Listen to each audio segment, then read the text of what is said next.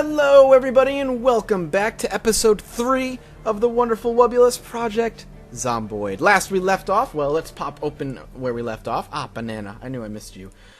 Where we left off last time, we actually found ourselves a safe house. A safe house that I'm actually relatively happy with. For those of you who don't know or missed last episode and don't want to go back and watch, the safe house itself has, I'm pretty pleased with it because it has 3 decent exits. We have the front door, back door, and a side window. On top of it, it's not in a very populated area. There's not a lot of houses around. With not a lot of houses around, we don't really have to worry about a ton of zombies. And if we were to have to worry about a ton of zombies, the other thing kind of mitigating that problem is that we're a decent distance away from pretty much everything. Actually, to the northeast part of our house, there's nothing but an open field. And with a lot of open spaces and open areas like that, we have the ability to maneuver and even have potential to build a nice garden out back there, but we don't have to worry about other buildings obstructing the view of potential zombie hordes coming our way or hiding zombies coming out of the woodwork. So we don't really have to concern ourselves too much with that particular situation. On the flip side, we now need to get some tools to ensure that we are going to be able to make good use and fortify that safe house. Now the problem is that I'm not aware, at least in West Point, if there are any warehouses or lumber mills or anything along the lines of allowing us to find the tools that we need. So I'm kind of banking on these garages having what I need. Now I'm not going to hit that garage over here because there's 2 zombies over there. I don't really want to get caught off. And there's another zombie over here, though I could potentially take that one out.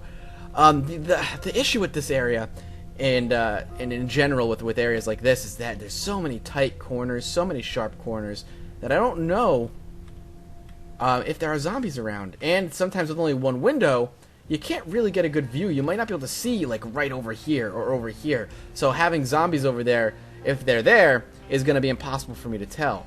There's an open garage over here with a bunch of blood, though, which makes me think that might be worth going to check out. We are getting a little hungry, so we're going to have to take care of that first.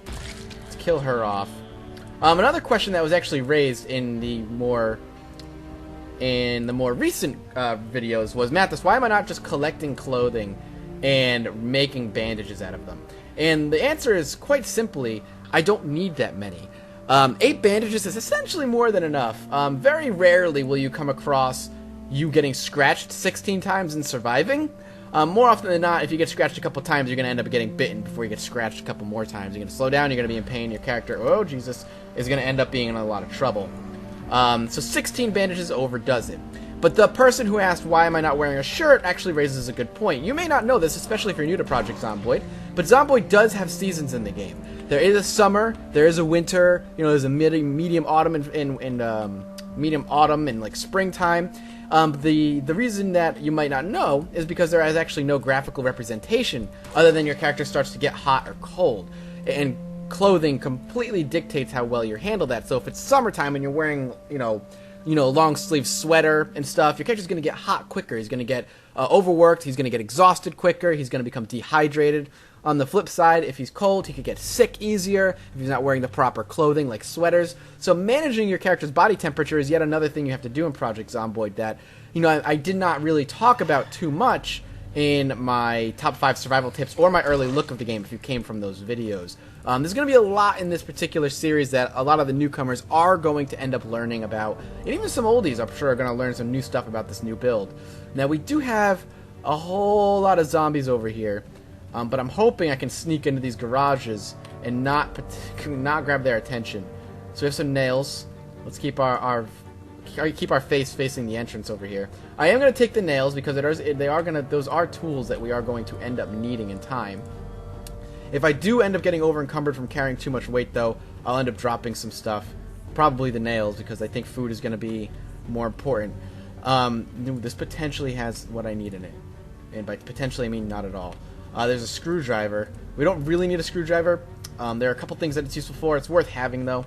So I'm also going to be focusing primarily on this episode and probably all future episodes until I get what I need, is construction tools. Because we're in a good place where food is not going to be that big of a problem. It's going to be a little bit dangerous, sure, maybe scavenging for food, because there are pretty high populations of zombies, groups of zombies down there like that. But there's so many houses over here that we're going to have all the options we want to kind of scavenge. Even when food starts to go bad, we're going to probably find a lot of non-perishables that I don't have to worry about.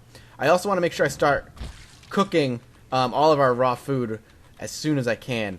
My only concern with cooking raw food is that we might end up burning our house down, so I might cook food in another building. I might go somewhere completely different than my safe house to cook the food on the off chance that I do set fire. I don't want to lose my safe house, so cooking in another house is a good way to kind of circumnavigate that problem. Nah, still nothing.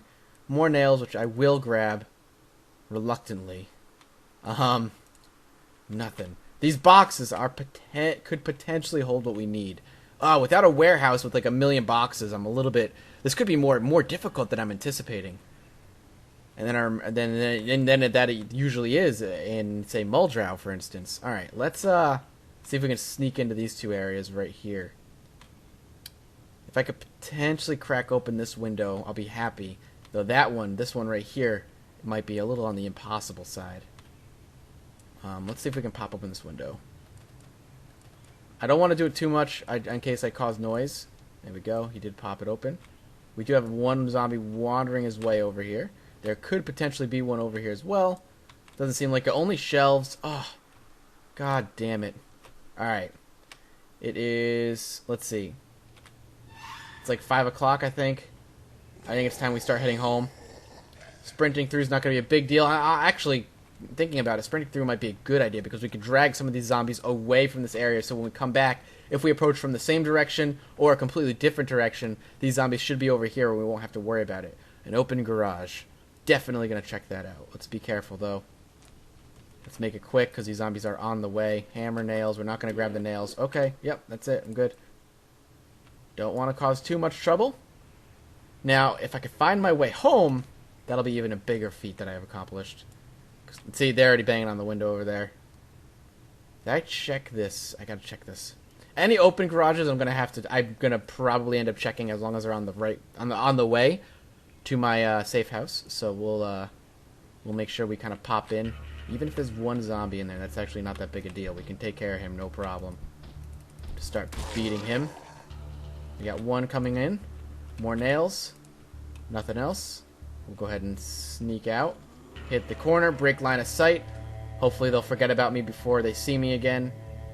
As long as you can break line of sight, they're gonna start forgetting about you, and their memories are not the greatest. Now this should be my safe house actually, which is surprising that it's actually as close as I thought it was.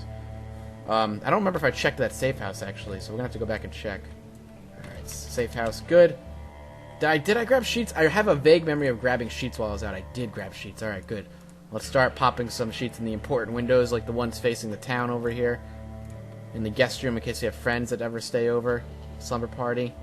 Close the curtain so they can't see us. That curtain is closed. Is there a window in my bedroom? It is, but it's a closed window. Another one that's closed. We'll put one sheet on one of these windows at the very least. We'll grab the... next time we see a sheet, we'll make sure we grab what we need. Start organizing our food, and then I'm going to pop out and do a little bit of some caretaking in case those two zombies did come a little bit further than I anticipated them coming, which is always a possibility. Let's go ahead and grab this, followed by this, and that. Alright. Oh, by the way, in case some of you are having issues running the game, which I know some of you are, it stutters or it crashes, if you run the game... It's worked for me. I don't know if it's going to work for you guys, but if you run the game directly from the .bat file, you can find that by going into you go into your Steam folder, into your common apps, into Project Zomboid, and then you can see the Windows batch file, which is the .bat file. You just launch that instead of launching it through Steam. It seems to have alleviated the issue that I've come across. All right, so the one thing I'm going to want to do right now is find or dictate a good place to put my household tools, like nails and stuff, until I build something that I'm going to hold them in. So this place seems good enough. I'm going to want to plop down all my nails in here, as well as my screwdriver and my hammer. All for now. This is just a temporary place. I just don't want to hold on to it while I'm out doing things.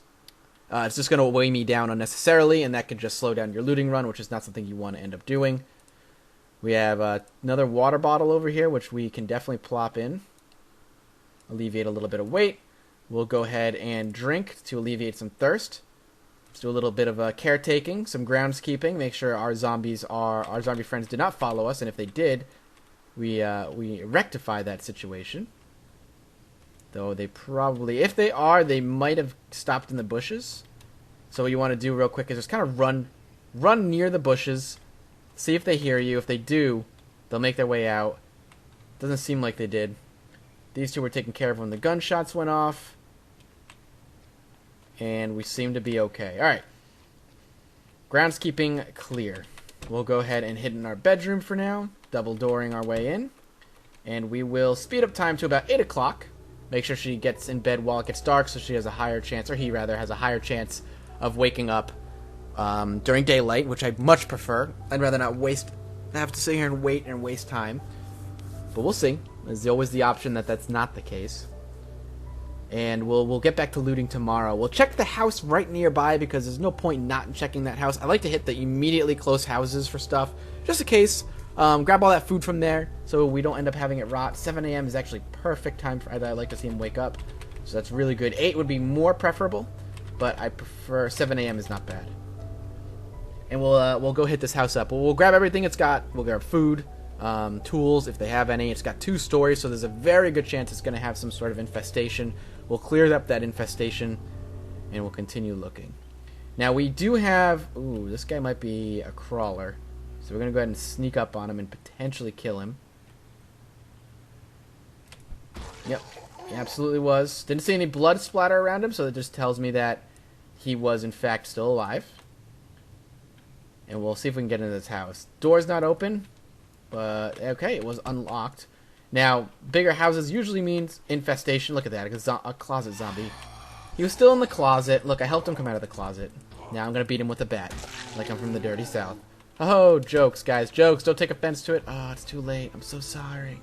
Sorry, not sorry. All right, let's move on. So there's probably plenty more. Oh, look at that. We can see through the wall. That'll be fixed, I'm sure. All right, let's drag her out. Anytime you want to come out, that'd be great. Whoa, zombie party. Close that window. You know, we'll just leave him in there. Not really worth it. 3 zombies in the bathroom. My assumption is that whoever lived here just started locking away their loved ones as they were getting infected, didn't want to have to deal with the sorrow of killing them, and left them there. Such is life. Alright, let's go ahead and fill up our cooking pot that we just grabbed. Whoop, that scares me a little bit. Fill up our water bottle too, because that has an option, meaning it can be refilled a little bit. We'll pack up our pot of water.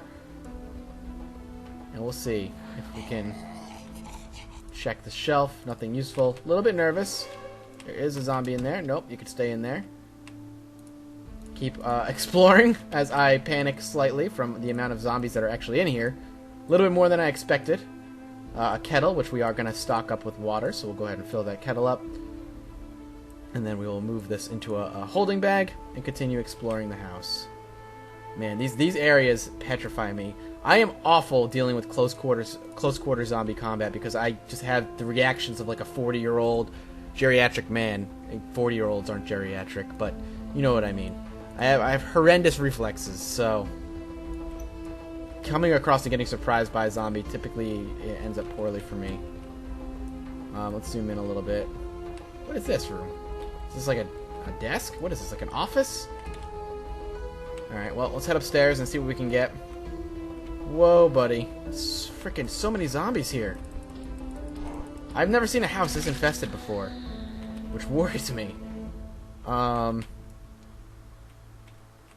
I see around that corner? No. So we're gonna move slowly through this house, seeing if I can get everything I need.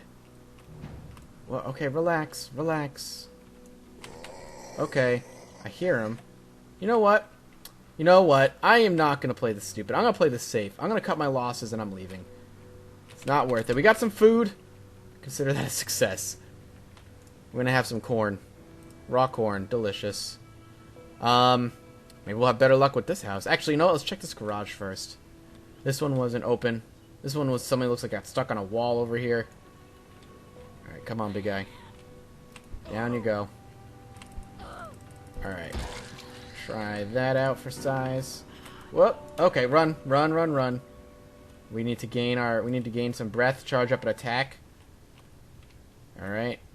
Down you go. Down you go. Alright. So with that said, let's try to get into that garage again. There is a box in here, so again, the potential for holding tools that we need is here. Let's see if we can get them. Fingers are crossed. Oh wow, that opened up with one shot. Now let's hope there are no zombies in here. There are not. Come on. Hammer. God, I got my hopes up for a split second. I saw something. I was like, that is not what I need. Oh, God, nothing. Alright. Let's just leave. Alright. So, let's head back home. Let's store our stuff. And we'll continue our exploration tomorrow. And we'll wrap this up here. Ooh, there's a zombie down here. We'll clear that out when we come out next time. Thank you guys so much for watching. Make sure you hit a like and comment in the comment section below, as shitty as it is, to let me know that you guys are enjoying the series. As always, my name is Mathis, and make sure you subscribe to join the Horde. Join the Horde as I stutter across my own words. And I will see you all next time. Bye-bye.